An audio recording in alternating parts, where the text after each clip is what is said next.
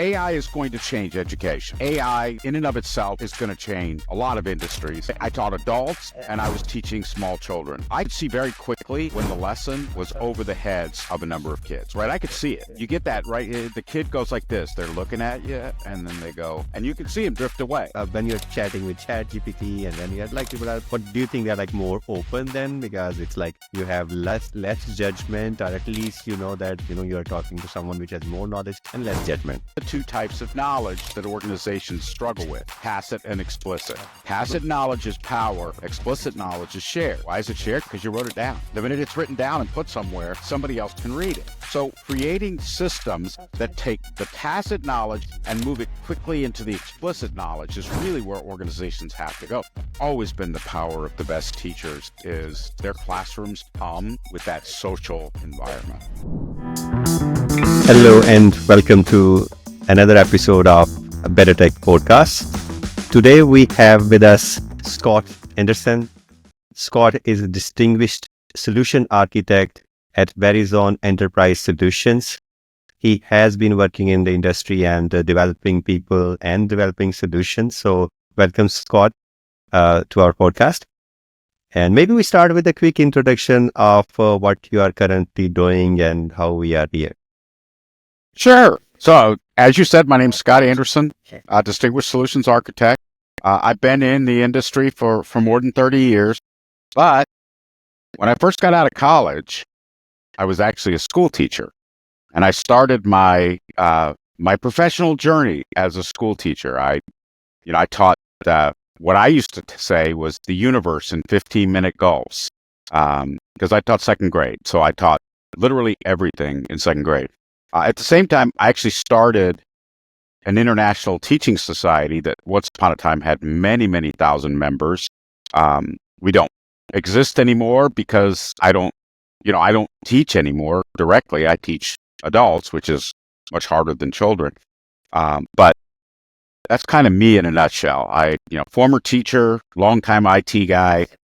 I guess geek is a better word, right, than the American phrase. That's a very interesting transition, Scott. There, I think I can also relate to you. I also started when I was in college as teaching, to school, and then also teaching at a university. I think once you do teaching and then in your professional life, it's always really a lovely combination, right? You always have something more into you, not just doing a job, but also thinking about people.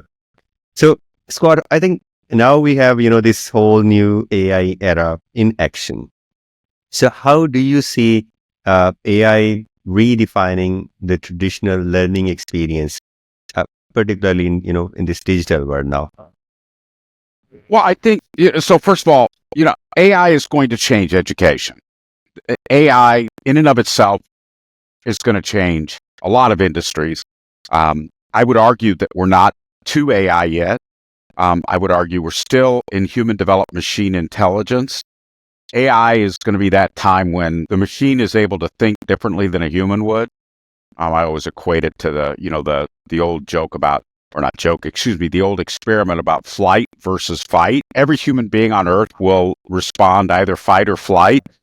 Very, very few. There are some, but it's very small percentage will respond, negotiate. And when we reach artificial intelligence, right, it's going to literally know which one, right? What do I need to do in this situation? Is this a fight, a flight, or negotiate? It'll know best, right? That's going to be AI when it thinks differently than a human. But in terms of education, the impact's going to be massive. So the first thing I remember as a school teacher, and I left a tenured guaranteed job to move into technology many years ago, but the reality of teaching is twofold. And I remember this because I taught in a very poor school with many students who struggled. And I had gifted students at the same time in that classroom. And the way my system worked back then, my school system, gifted children were not separated out till after third grade. People always look at you, they always look at me and they go, well, why do you care about gifted kids? They're smart, right? Well, the problem is they're done first. And they're disruptive when they're done, right? They run around, they make noise, they cause problems, and they don't mean to. I'm not saying they're evil. I'm just saying, hey, they're running around. Well, with AI, now what I can do is I can have an iPad for every kid. I can have Chat GPT there. And if I'm teaching, the core basics to a group of students, and I've got, 22 students, I've got 16 that don't get it and 6 that are, got it and are already moving to advanced. I have Chat GPT, or I have whatever AI I choose to use. I have them provide the advanced learning, right? The enrichment lessons, right? If I'm teaching about dinosaurs, I can have the AI teach the kids about, I don't know, what is the largest, the smallest, everything in between. And then I can go do the remedial work with the other students, right? I can then help the other students personally to give them that connection. But then if we go beyond that, there's so much more, right? The other thing, and I remember this, I had a kid come into my classroom who spoke only Spanish. Now, I'm not going to lie and say, oh, I'm the most fluent Spanish speaker on earth. I'm not. My Spanish is like minuscule. I can speak it a little bit. I probably speak more Thai than I speak Spanish. For those who speak Thai, pasa Thai, my Thai. I speak Thai a little bit. Yo hablo español un poco. I speak Spanish very little. So I struggled with helping that student. And the thing that always got me about helping that student was I wasn't able to give them the multilingual experience that they deserve. With AI, I could do that. I could give the student take homework with an AI that would take that work and translate it to Spanish for them, or translate it from, Czechoslovakian to Slovakian, or Slovakian to Greek, or Greek to English, whatever language the child speaks, they could get reinforcement lessons in their native language, right?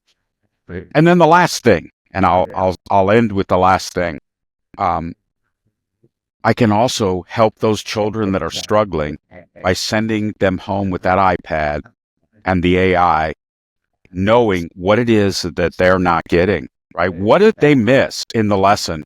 I can send it home for reinforcement learning. So I can do enrichment, reinforcement, translation, and make the classroom of tomorrow a more inclusive place.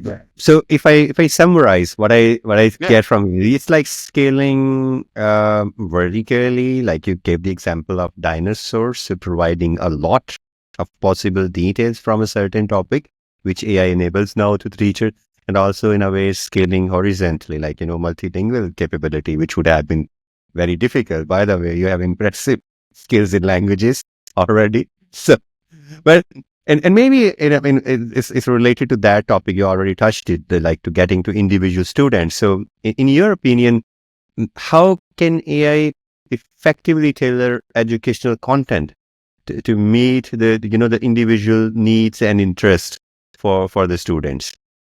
What an awesome question. Well, so here's the thing, right? I'm a human being. I have one view of the world.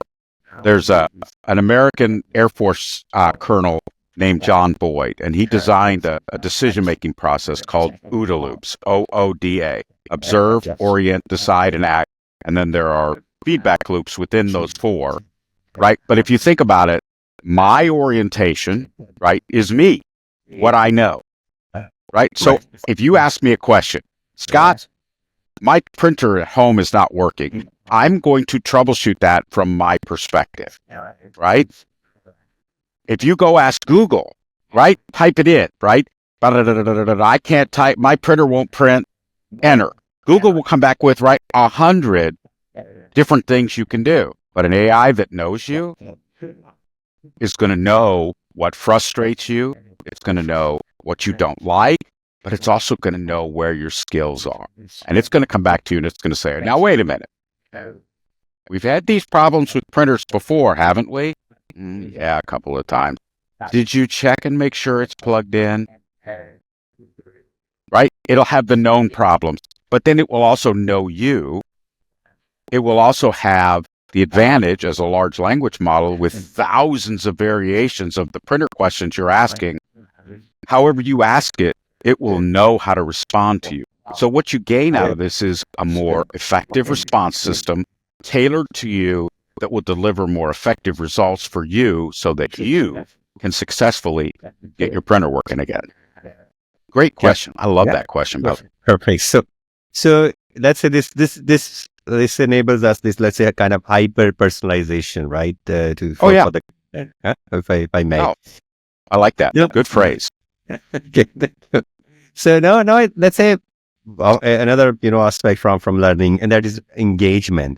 So what do you think that you mentioned that learning is tied to the interest of people, right? And for engagement point of view, how can you say that AI can enhance engagement? And it's not only like like in person, but also virtual, because now we have exactly these two different words. So what do you see, like how AI helps here, how AI helps there in general for engagement of the students and learners? Well, I mean, I'll give you the joke first, and then I'll answer the question seriously. But I mean, basically, what we're going to do is wire every chair in the world with electrical impulses, and when the AI wants you to pay attention, it's going to zap you. Oh, ouch! Right? No, right? That we can't do that. If we could, the world would be a better place. So what we're going to be able to do is again go back to that last concept that I just shared, right? Which is the ability of AI, because it has heard so many variations of questions. The same is true of data, and the same is true of it having an understanding of where you are as a person. Based on that understanding of you as a person, it is going to be able to present information to you in a more palatable and consumable format, right? One of the things that used to drive me nuts, right, was when I was teaching, and look, I was teaching, I taught adults, and I was teaching small children. I could see very quickly when the lesson was over the heads of a number of kids, right? I could see it. You get that, right? The kid goes like this. They're looking at you, and then they go, and you can see them drift away, right? That's when you have to stop as a teacher, right? And try something different. But the problem is, in a classroom of 22 kids with one teacher, you can't do that. You can't stop, right? You have to go back to that lost student and try to re-engage them later. With AI, the AI can immediately engage with that student separately and begin the process of bringing them back to the rest of the class and helping them gain the skill sets they want. Or we can go even further. If we want to have that human in the loop and the teacher still in absolute control, then we literally just have a button on the teacher's desk that they can hit to say, Johnny's not paying attention. You need to refocus this lesson in a way that Johnny wants to hear it. Or maybe you just do that automatically. Click all the buttons and say, Johnny, Susan, Sally, and Jimmy are not paying attention because they're bored. Let's get them engaged with what we're trying to do. So it offers a lot of power and a lot of opportunities to deliver what the person wants to hear, when the person wants to hear it, in a way they want to hear it. Right. Perfect. So, and I think if another aspect of this question now, more about the what we are teaching, right? And I think you have experience in training, teaching, and advising people and organizations and enterprise, and on collaborations and teamwork. And regarding that aspect, how do you see that by this new technology and AI, we can enhance a collaborative learning experience, right? And it's like getting people learn more, prioritizing a teamwork over, let's say, individual achievement, which is, I think, also very important in the upcoming era. Yeah, it's interesting. I've been chasing the world of IP for my entire career. And I can remember going into meetings with senior people and looking around the room and saying, listen, I get that we're a collaborative. I worked for a different company back then. I get we're a collaborative company, but there's more IP. There's more value for this company on your laptops than is in all the systems the company has, right? Because there's this cultural problem of I'm as smart as the information I have. And that's not true, right? That's just a sad reality that isn't true. People have ideas and ways of looking at things. And I go back to the OODA loop process I introduced to you, right? The observe, orient, decide, and act. In order to get to better decisions, you change the orientation of the observer. The way you do that is you create a collaborative environment where it's okay to ask questions, where it's okay. Most important thing of all, it's okay to say, oops, I was wrong. That's not the way it works.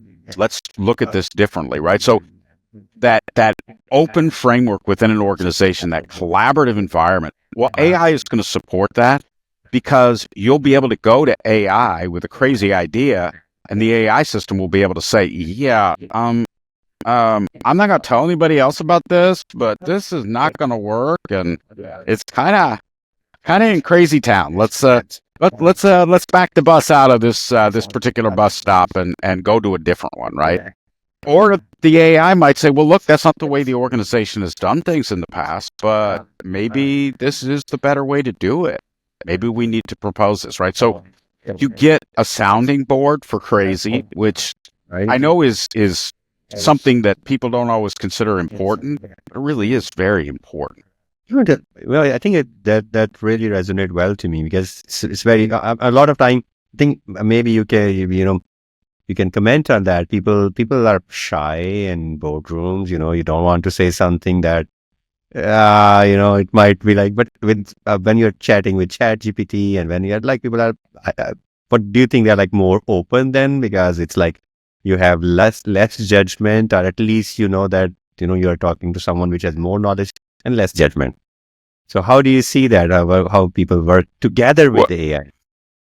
I think together with AI, right, you've got somebody you can ask that's not going to look at you and think you're crazy, right? The AI is going to answer the question and move on, right? There's history, but it's not the same kind of history you have with human beings. So it becomes this culture of, well, the problem right now in the world, and I don't care what country you are in. I've been in many countries in my life.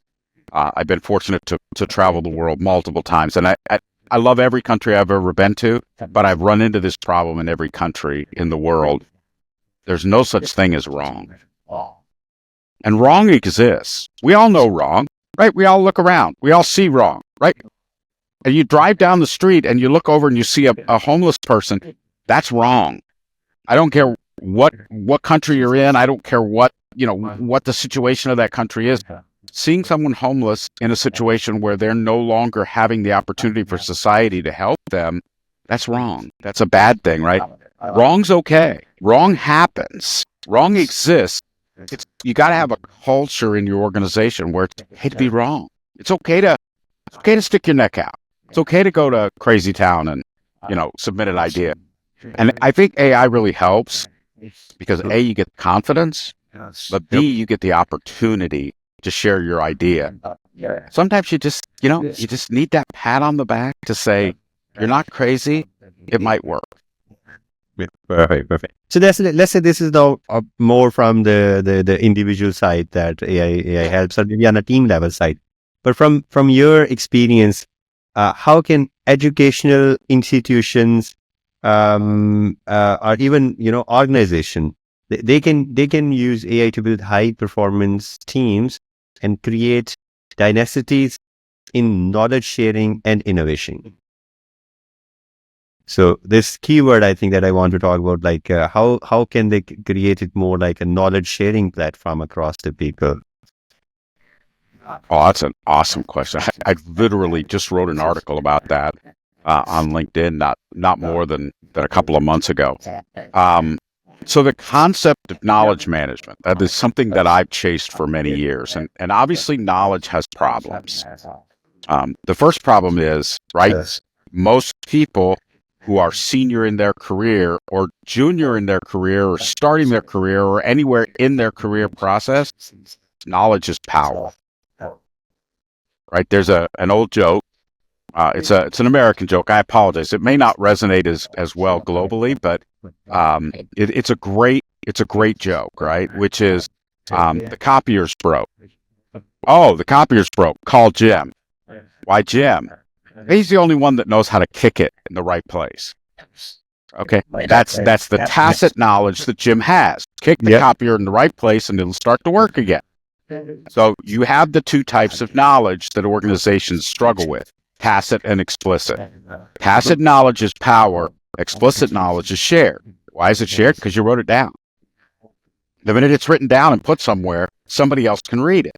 So creating systems that take the tacit knowledge and move it quickly into the explicit knowledge is really where organizations have to go.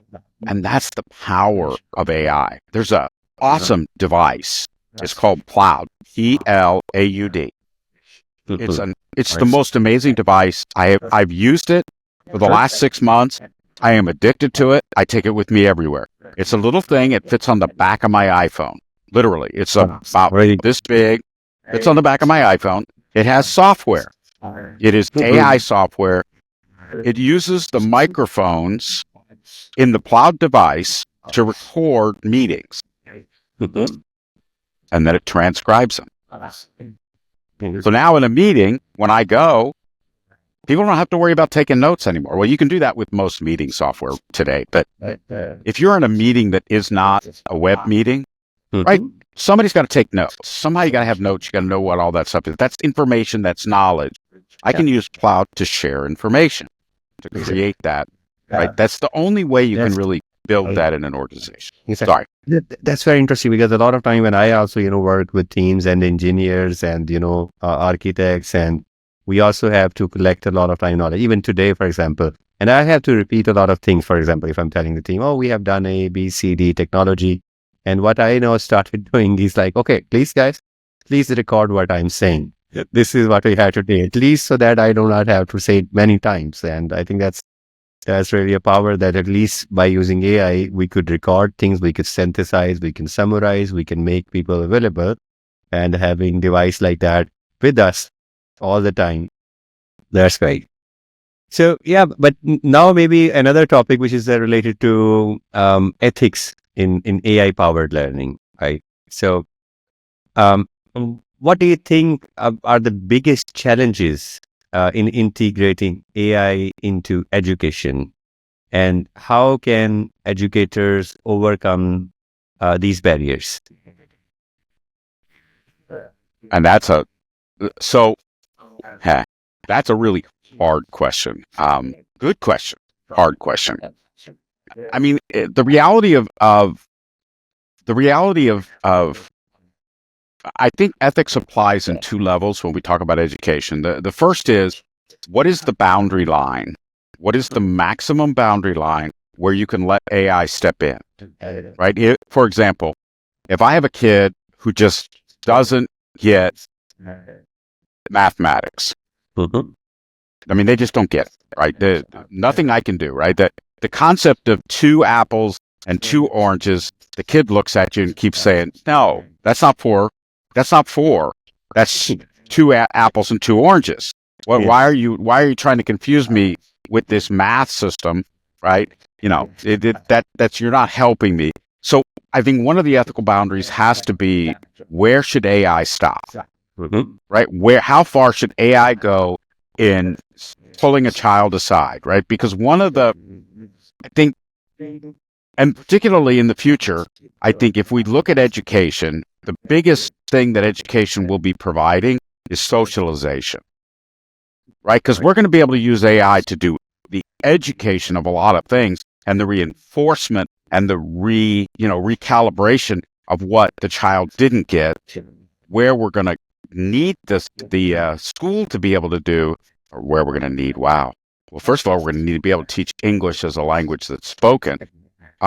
We're going to need to create socialization, right? So ethical boundary number 1, how far should the AI be allowed to pull a student out? That's one. I think the other ethical boundary is one that I think you're seeing actually right now in the world quite a bit. There's a lot of division in the world, a lot of anger, a lot of people on 2 very distinct sides throughout the world about how things are moving forward. And I've actually written a training model for AI. And one of the things I've done in that is tried to address that fear, uncertainty, and doubt right up front. that I think is another ethical boundary that we need to have very clearly defined, which is when, right? So I said, how far can AI go with the student? The other part is when, right? And that's where I truly believe that the ethical boundary that may be most important, AI in the classroom, is the teacher, the human in the loop, that teacher making that decision, right? Johnny doesn't do well in group scenarios. For the AI to pull him out one-on-one, that's good. Susie prefers group situations, but she's not getting the topic. Let's send her home and do reinforcement learning at home so that she doesn't get pulled from the group. All of that stuff, I think that becomes the teacher. Always been the power of the best teachers is their classrooms with that social environment. Essentially, like then in this way, it's putting a lot of responsibility and reskilling and a change of mind and change of method on teachers, right? Who have a way of teaching. They are trained in a certain way, and nearly all of a sudden there is this new reality emerging, new contents from AI, learning curves from AI, and even the students who are going to use AI for submitting their assignments and finding a way to do things. And then that is like the teachers have to find a way to, I don't know, reskill. And what would you suggest on that side? Well, when I was a teacher, and I taught for 7 years, and I jokingly, when I introduced myself, I said I taught the universe in 15-minute gulps. I shifted what I was doing like monthly. But I will tell you, I worked with teachers who had 30 years of experience when I started. And I can remember going into this will really show how old I am.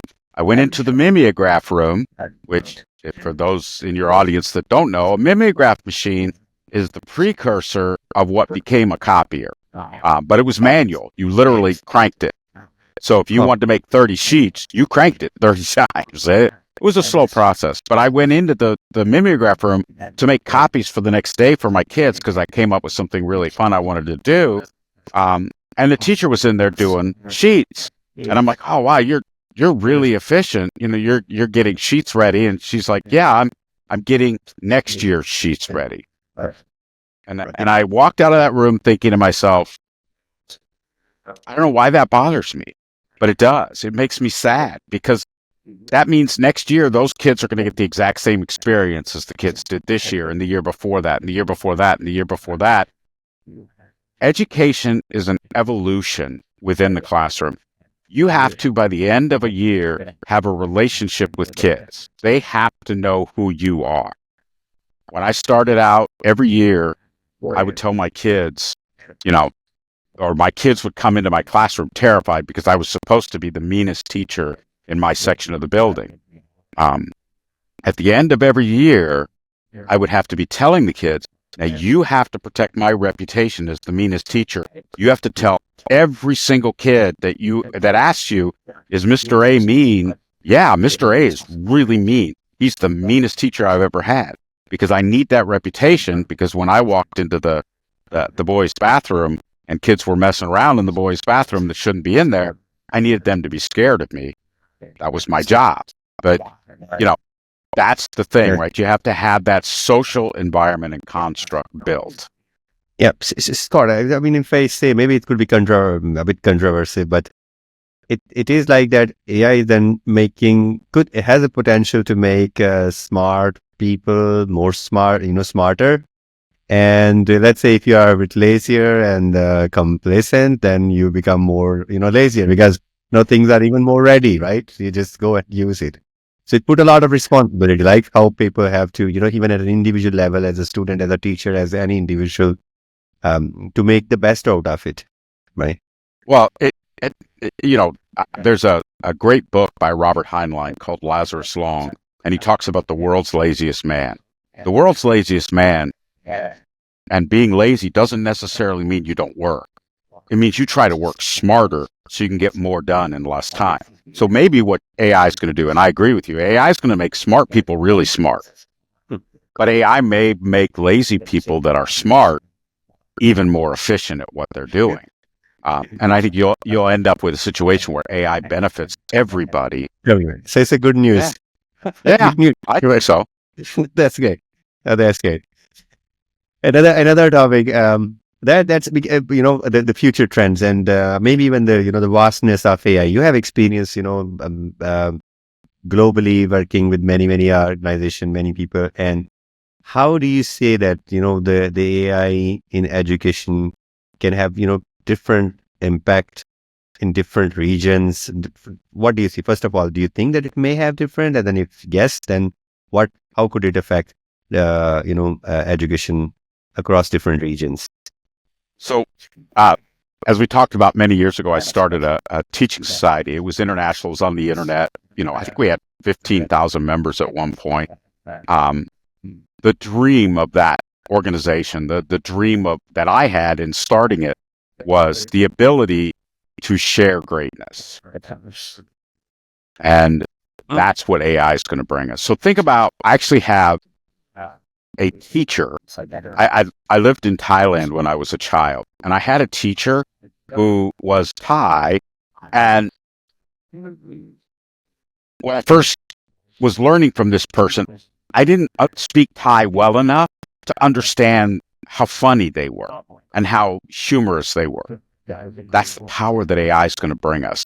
That great teacher who is Thai, speaking in Thai, can now share the humor and the joy and the laughter and the wonder of the educational process with anybody, right? Think about the great teachings of Confucius or of Buddha or of Muhammad or of any of the other major religions. Think about being able to experience that in your own language, in a way that you can understand. Think about physics lessons, the greatest physicists on earth, lecturing a group of students about a topic in physics and having an AI instructor that can not only share that in your native language, but can also help you learn the math you need to know in order to successfully understand the concept, to reinforce what you're learning so that now anything that you're interested in, you can learn. For adult learners, this is amazing. For children, it's a boon. So you say, if I kind of sum up in context of my question, you see it more, it's kind of universal, right? It will have impact every place and people will get, and I can relate. I have spent like 17 years now in Germany. And, when it's, we have Franz Kafka and we have, all the philosophers and it is, in a classical way, if you do not translate in a style, and it's very difficult, to translate in the style, and you get the emotions and get the style, what actually it is they're trying to say.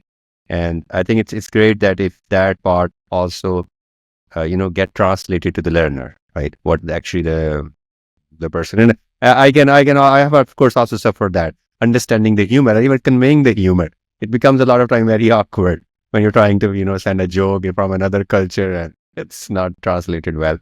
Absolutely. So now, from my main question list, the one last question, and that is about the future trends.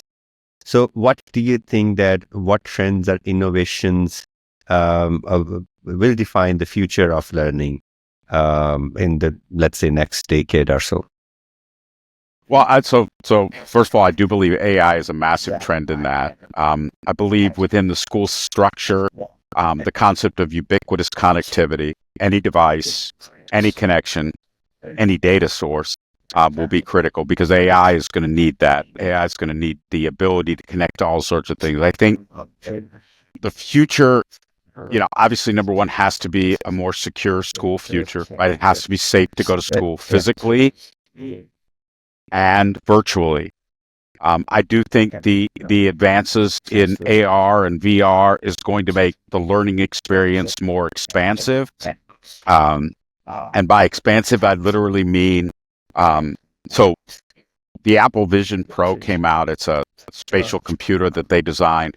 But the most amazing thing that you can do on that device is you can watch the most amazing dinosaur presentation I've ever seen, but the dinosaurs interact with you. And so we have to, and I know I'm like fixated on dinosaurs. You're thinking in your head, this is the fourth time you brought up dinosaurs in the conversation. What is wrong with you? You're an adult. You have gray hair. You don't need to talk about dinosaurs. I'm a dinosaur freak. I love them. Dinosaurs, NASA, computers. That's my bailiwick. But when we think about what's coming, right? So you got this AR expansion that's going to change things, and then I think the last component is, and this, obviously now we're into Scott's opinion. We're no longer into something that I'm, as a professional, looking at and thinking is going to happen. This is my opinion. I do think the world's going to get smaller. Right. We're not going to have the worries and the concerns about nationalism that has been a pretty prevalent problem for the last, 2,000 or so years, or more than that, realistically. I think we're going to have a smaller world. And because the world is smaller, I think we're all going to turn around and take care of the person next to us as we go forward, because we're going to be empowered by AI to be better at helping others.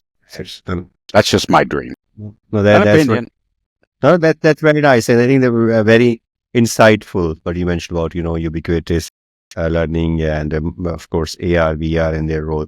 And thank you very much, Scott. But sure. Good. Now we have our next section. If you're ready, okay. I think now we have a rapid fire, question session. So I have like a few questions, and it's rapid fire, which means we will not have a lot of time to think, and maybe 1 word, 3 words, or 1 sentence max as a response. Okay. So yeah, let me know if you're ready, all set, then I will just start. So ready to go. Perfect. So here is my first question. So what is one quality you think separates good leader from great leaders? The ability to accept where their employees are. Great. So what is one industry you think AI will completely transform? And not the education one.